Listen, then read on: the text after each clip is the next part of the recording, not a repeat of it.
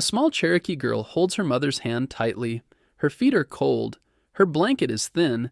Snowflakes swirl around her face. She's tired and hungry. Around her, hundreds of Cherokee people walk slowly through the snow. Some cried. Some help the old ones. Some carry babies wrapped in cloth. They are walking far from their homes. Soldiers ride on horses nearby. They make sure no one turns back. The Cherokee girl doesn't understand everything, but she knows one thing. Her family has been forced to leave their home. They are not going back. The Cherokee girl's father had told her stories about their village. The land was green, corn grew tall, rivers ran clean and fast. Her grandmother cooked over a fire and sang old songs. She remembered playing with her cousins under the tall trees. Now those trees were behind them. Home was behind them. In front of them was a long, hard trail. The story of the Trail of Tears is true. It is a sad and painful part of American history. In the 1830s, the United States government forced Native American tribes to leave their land. They had to move west to land far away. This was called removal. The Cherokee were one of the main tribes forced to move. Their land was in parts of Georgia, North Carolina, Tennessee, and Alabama. The Cherokee had lived there for a very long time. They had farms, towns, schools, and even a newspaper. They had their own government and leaders. Many Cherokee people could read and write. Some even spoke English. They had tried to live peacefully with their neighbors, but white settlers wanted the land. They wanted to farm it and find gold. In 1830, the U.S. Congress passed a law called the Indian Removal Act. President Andrew Jackson signed it. The law said Native American tribes had to leave their land in the east and move west of the Mississippi River. Some tribes left without a fight. Others, like the Cherokee, resisted. The Cherokee took their case to the Supreme Court. The court said they had a right to stay on their land, but President Jackson ignored the court. He wanted the Cherokee to leave. In 1835, a small group of Cherokee men signed a treaty. It was called the Treaty of New Echota.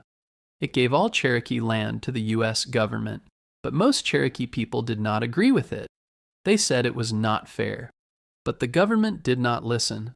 They used that treaty to say the Cherokee had to leave. In 1838, U.S. soldiers began rounding up Cherokee families. They were taken from their homes. They could not bring many things with them. They were kept in camps. Then they were sent on a long walk to Indian Territory. This land is now called Oklahoma. The walk was more than 1,000 miles. The journey was very hard. The Cherokee had little food. Many did not have warm clothes or shoes. The weather was cold in the winter and hot in the summer. People became sick. Some died from hunger, cold, or disease. About 16,000 Cherokee started the journey. Around 4,000 of them died before reaching the new land. That is 1 out of every 4 people. This walk became known as the Trail of Tears. It is called that because of the great sadness and pain. Other tribes also had to walk similar trails. These included the Creek, Choctaw, Chickasaw, and Seminole. All were forced to leave their homes.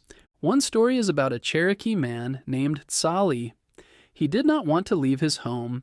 When soldiers came to take him and his family, there was a fight. Tsali and his sons ran into the mountains. Some people helped them hide. Tsali wanted his people to be free. He later gave himself up to save others. After that, some Cherokee were allowed to stay in the mountains. Their descendants still live in North Carolina today. Another story is about John Ross. He was the principal chief of the Cherokee Nation.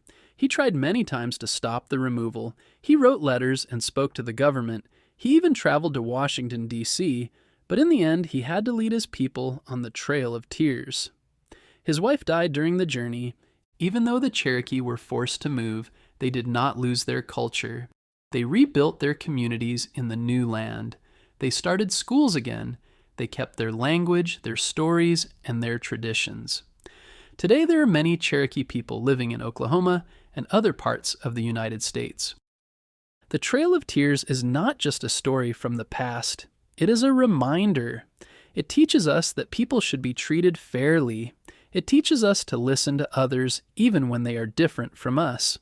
The Cherokee and other native peoples showed strength and courage. Their story should never be forgotten.